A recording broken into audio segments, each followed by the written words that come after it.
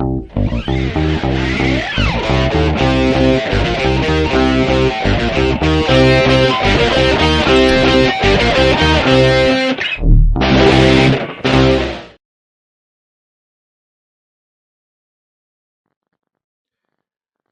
pessoal, aqui nós vamos falar, né, de um dos processos aí considerados mais fascinantes aí da geologia, né, que são os dobramentos e falhamentos das placas tectônicas, tá? Então, esses processos, eles ocorrem nas bordas ativas das placas tectônicas, né, e são responsáveis aí pela formação de algumas estruturas mais impressionantes da crosta terrestre, tá?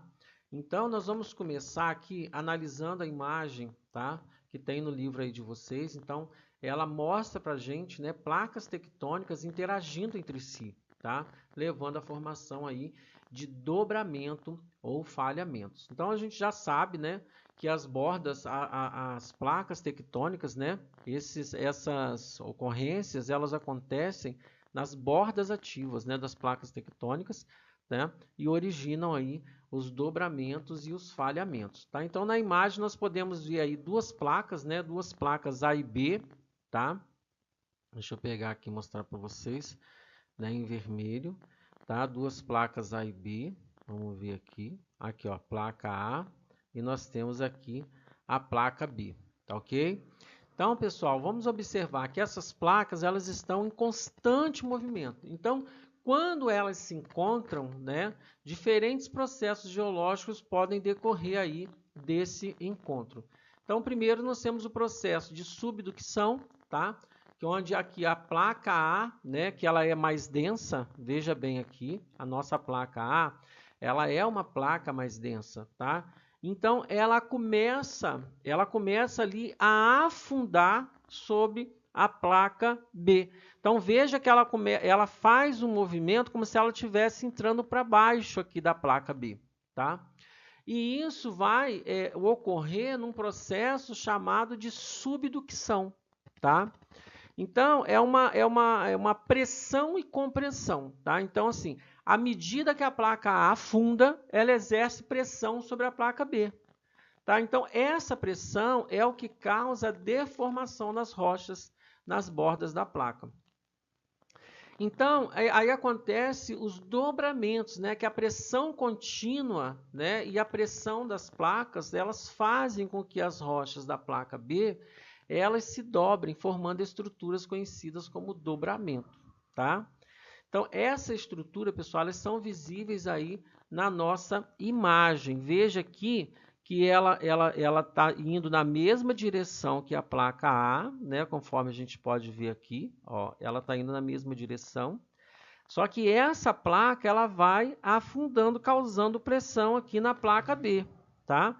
E isso vai ocorrer no que? Um dobramento aqui, ó. Ela vai dobrando aqui, ó, sempre na borda, ó.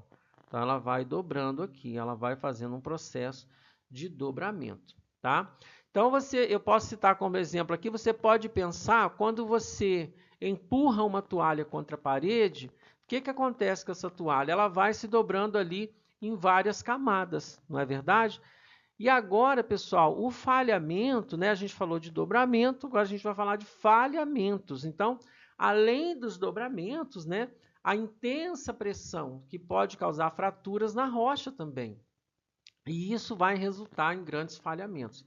Então, os falhamentos eles podem ser considerados assim como quebras, né, que ocorrem nas rochas, né, e ocorre um deslocamento ali dos blocos rochosos, tá ok? Então, você imagina aí o falhamento como você quebrar um biscoito, né? Você quebra ele em dois e as partes quebradas elas se movem de formas diferentes, tá? Tanto se afastam quando levantam entre si. E isso vai causar, pessoal, vai resultar nas erupções vulcânicas, tá? Então, a imagem ela também mostra para a gente a presença de erupção vulcânica, como vocês podem ver aqui, tá? Aqui vocês podem ver aqui uma grande erupção, ó, a gente pode ver aqui, né? Deixa eu pegar aqui a borracha para apagar aqui para você ver, tá? Aqui a gente vê o processo de erupção, ó. Isso aqui, pessoal, essa quebra das rochas, né, que foi, nós comparamos aqui, é um biscoito, né, elas dão vazão o quê? A liberação desse magma, ó, tá? Ela vai liberar o magma aí, que ele sobe, né, através dessa fratura e vai criadas aí pelos falhamentos, tá? Então, o magma, pessoal, o que que acontece com ele? Ele encontra uma saída, né? E ele encontra uma saída para a superfície onde há a grande formação dos vulcões. Então, em resumo, pessoal, os dobramentos e falhamentos, eles são processos geológicos que ocorrem nas bordas ativas das placas tectônicas, tá? Devido aí à subducção e também devido à pressão exercida pelas placas, tá? Então, assim, esse processo, eles vão resultar na formação de montanhas, falhas e também em atividades vulcânicas, ok? Espero que esteja tudo bem até aqui. Só limpar aqui para a gente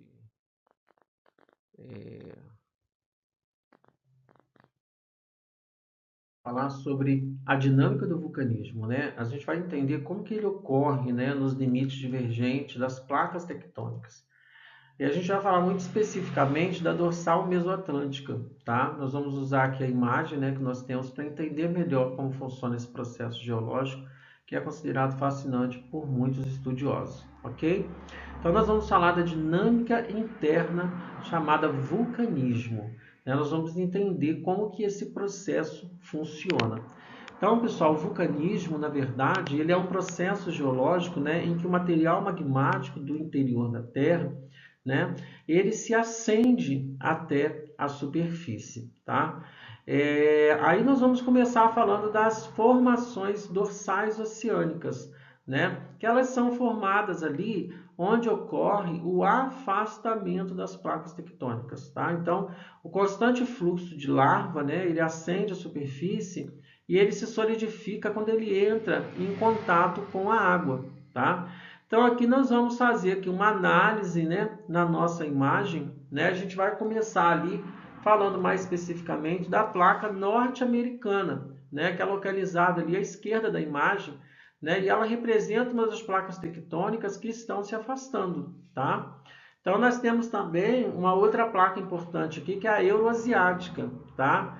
Então, ela é localizada ali à direita da imagem, né? E a outra placa tectônica também envolvida nesse afastamento, tá? Então, quando a gente fala em dorsal mesoatlântica, a gente fala que é uma cadeia, né, de montanhas submarinas, tá? Formada aí pelo afastamento dessas placas tectônicas. Então, assim, no centro da imagem aqui, pessoal, onde as placas norte-americanas, né, e euroasiáticas, elas estão se separando, tá? Então, a crosta oceânica e a crosta continental é o assunto de agora, tá? Então, por exemplo, a crosta oceânica, a gente sabe que aqui na imagem, né, ela está representada como a parte da crosta, né, que está ali sob o oceano. E a crosta continental, né, ela está representada ali como parte da crosta, né, que forma, né, os continentes, tá? Então, nós temos ali também, muito especificamente, os limites divergentes, tá? Que são aquelas áreas, pessoal, onde duas placas tectônicas elas se afastam uma da outra, tá? Então, à medida que essas placas se afastam, né, o manto, né, que é a camada interna da Terra, ele sobe para preencher esse espaço, formando uma nova crosta, tá? Então, é muito importante a gente também saber, conhecer a definição de manto, né? Que ele é uma camada mais interna da Terra, né? Que é composta ali por rocha fundida, ou seja, né? Rocha fundida é magma. Então, passa por um processo de ascensão. Então, na imagem ali, né? A gente mostra subindo ali através da abertura criada pelo afastamento das placas tectônicas. Então, a gente vê ali o manto, né, ele se acendendo ali no meio do mar. E o que acontece nesse fluxo de magma, né? O magma do manto, ele sobe até a superfície, né, através da dorsal mesoatlântica, tá?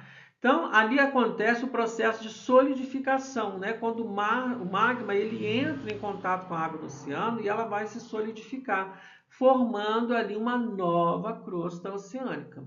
Tá? Então, a gente pode resumir, pessoal, o vulcanismo, né, como nos limites ali, né, obviamente das placas convergentes, como na dorsal mesoatlântica, que ele é um processo, né, onde esse magma do manto, ele se acende para preencher esse espaço deixado pelo afastamento das placas tectônicas. Então, é um processo que forma novas crostas oceânicas, né, e contribui também para a expansão dos fundos oceânicos.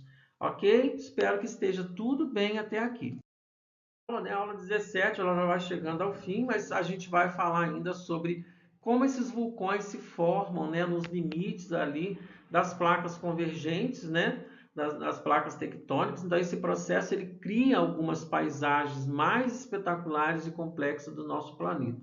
Então, nós vamos ali, pessoal, analisar agora a nossa imagem, né, e entender melhor como tudo isso acontece. Então, nós temos ali, primeiramente, uma dinâmica interna, tá? O que é essa dinâmica interna? Tá? Nós chamamos isso de limites convergentes. Tá? Então, os limites convergentes, eles são áreas, pessoal, onde duas placas tectônicas elas se movem em direção uma à outra. Então, quando isso acontece, né, uma placa é formada sobre a outra, é forçada, na verdade, né? Desculpe. Ela é forçada sobre a outra. Então, uma sobe, né, e a outra é obrigada a descer, tá? Então, aqui nós temos um exemplo na nossa imagem ali, nós vemos duas placas, né, importantes, que é a placa de Nazca, né, que é uma placa oceânica, né, e a placa sul-americana ali, que é uma placa continental. Então, nós temos ali, observando a nossa imagem, nós temos a zona de subducção, tá? Então, o que é isso?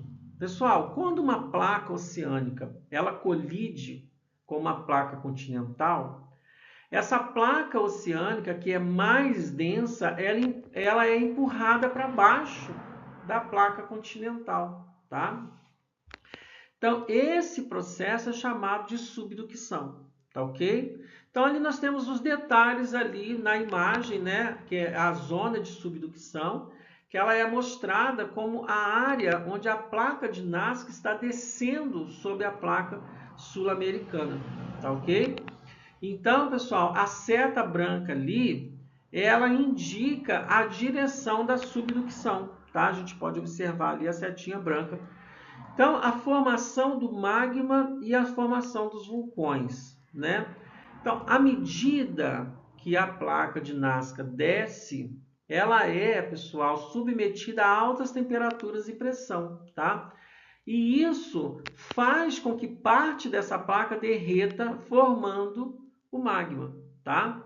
E ali nós temos uma ascensão desse magma. Então, o magma, ele sendo menos denso que a rocha sólida ao redor, ele começa o que? A ascender através da crosta terrestre, tá?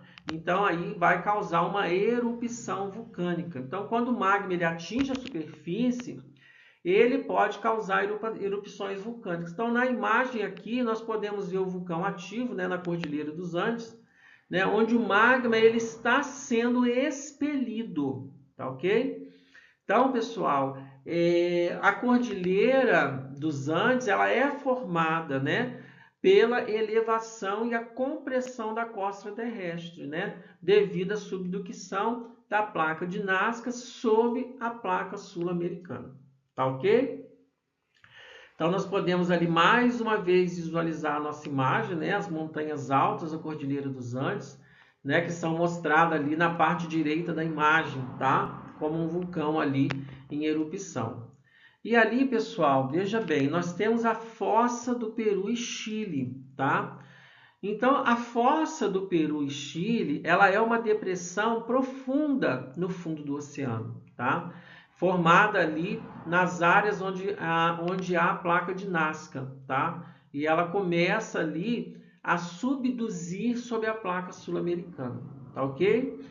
Então, pessoal, detalhes da imagem que a gente pode perceber ali. A fossa, ela é indicada, ela está ainda indicada, na verdade, próxima à zona de subducção, né? Mostrando ali a depressão causada pela descida da placa oceânica, tá ok?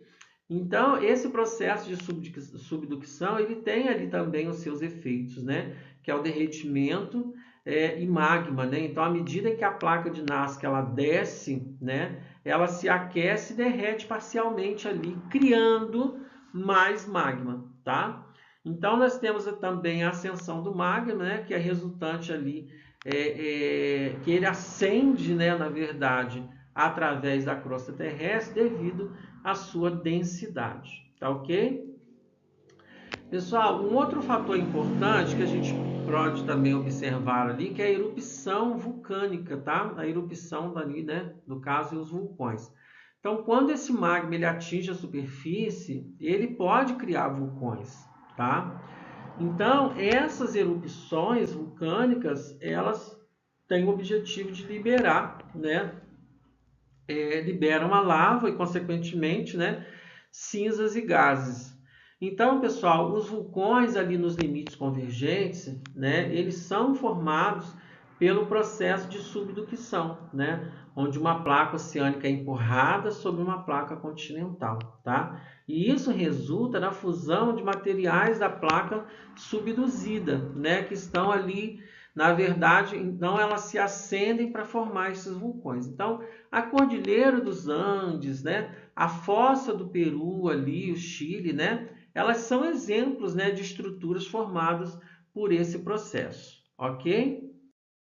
Pessoal, nós vamos nesse mapa aqui, nós vamos finalizando aqui a nossa aula 17, e nesse mapa nós vamos analisar aqui as principais zonas sísmicas, né, vulcões aí ao redor do mundo. Então esse mapa ele vai nos ajudar a entender como que ocorrem esses terremotos, né? Onde são localizados os vulcões mais ativos, né? Então nós vamos observar cada detalhe do mapa para a gente compreender melhor esses fenômenos, né? Então, pessoal, vamos analisar aí a nossa imagem. Nós vamos falar aí das zonas sísmicas, tá? São zonas e áreas, né, onde a atividade sísmica, terremota, ela é mais frequente, né, devido ali ao movimento das placas tectônicas, tá? Então, as zonas sísmicas, pessoal, elas estão destacadas ali no mapa na cor bege, tá? Então, essas áreas são onde as placas tectônicas elas se encontram e onde elas interagem, né, causando ali os terremotos, tá ok? Então, quais são os principais vulcões? A gente vai falar uns nomes aqui bem difíceis, tá? Vulcões, pessoal, são aberturas, né, na superfície, né, através das quais esse magma, né, esses gases, essas cinzas, elas são expelidas, tá? Então, os vulcões, eles estão marcados ali no mapa pelos, você pode observar esses pontinhos marrons aí, né? Esses daí estão representando ali os vulcões. Então, cada ponto ali, ele vai representar a localização de um vulcão, né? Ativo, um vulcão famoso. E também nós vamos localizar ali o cinturão de fogo do Pacífico, né? Que é ali uma das áreas mais notórias, né? Que são destacadas ali no mapa, o cinturão de fogo do Pacífico, né? Que é uma região ali com intensa atividade sísmica e vulcânica. Então a gente vai falar aqui dessas localizações, né? Que envolve ali a borda do Oceano Pacífico, incluindo países como Japão, Filipinas, Indonésia, Nova Zelândia e a costa oeste das Américas, tanto do norte quanto a América do Sul. Então nós vamos falar aqui uns nomes bem difíceis de vulcões, tá? Que não tá assim, não faz muito parte, né, do nosso vocabulário, mas a gente vai tentar aqui, né, desenrolar.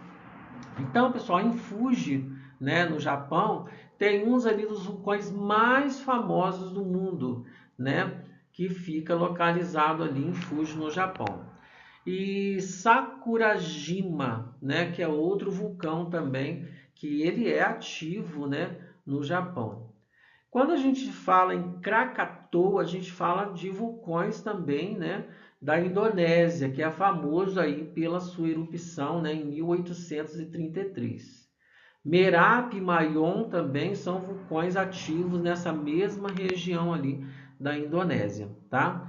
Nos Estados Unidos, nós também temos vulcões, né, famosos aí, o Mauna e Loa e Kilauea, né, que são vulcões ativos também no Havaí, né? que no Havaí nós temos aí também o Monte St. Helens, não sei, localizado ali no estado de Washington, né? Que é famoso também por sua erupção ali na década de 80, tá? E na América do Sul, nós temos o Chimborazo e o Cotopaxi, tá? Que são vulcões ali que estão localizados ali no Equador. A Aconcagua, pessoal, ele fica ali é o pico mais alto dos Andes, né? Que fica localizado ali na Argentina, tá ok?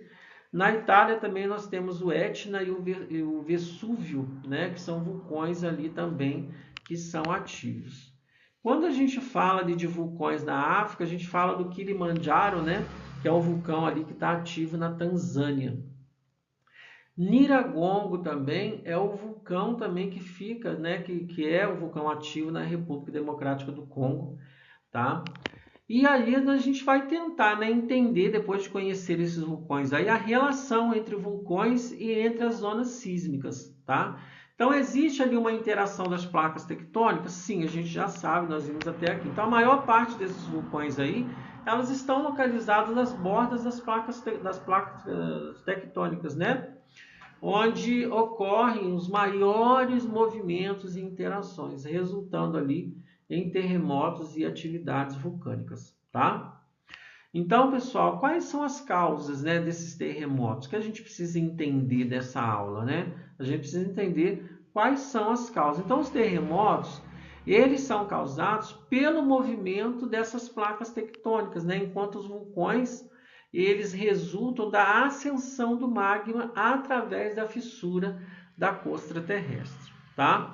Então, pessoal, o mapa, eles nos mostra, né, o quê? Que essas áreas de maior atividade sísmica e vulcânicas, tá, estão localizadas sempre nas bordas das placas tectônicas, né, especialmente ao redor do Oceano Pacífico, né, o chamado cinturão de fogo, tá, que compreende a localização dessas zonas aí, vulcões, que é crucial, né, para previsão e preparação ali para desastres naturais. Então, assim, se a gente puder recapitular aqui essa aula, a gente vai falar que as zonas sísmicas, né, são áreas destacadas ali em bege no mapa, onde ocorrem muitos terremotos, tá? Nós falamos dos principais vulcões, né, marcados ali pelos pontos marrons, né, também que estão localizados ali principalmente nas bordas das placas tectônicas, tá? A gente sabe que o cinturão do fogo agora são as áreas, né, com intensa atividade sísmica e vulcânica ao redor do Oceano Pacífico, né? E a relação entre esses vulcões e esses abalos sísmicos, né? Só que os vulcões são frequentemente localizados em alta atividade sísmica devido ao movimento das placas tectônicas, ok?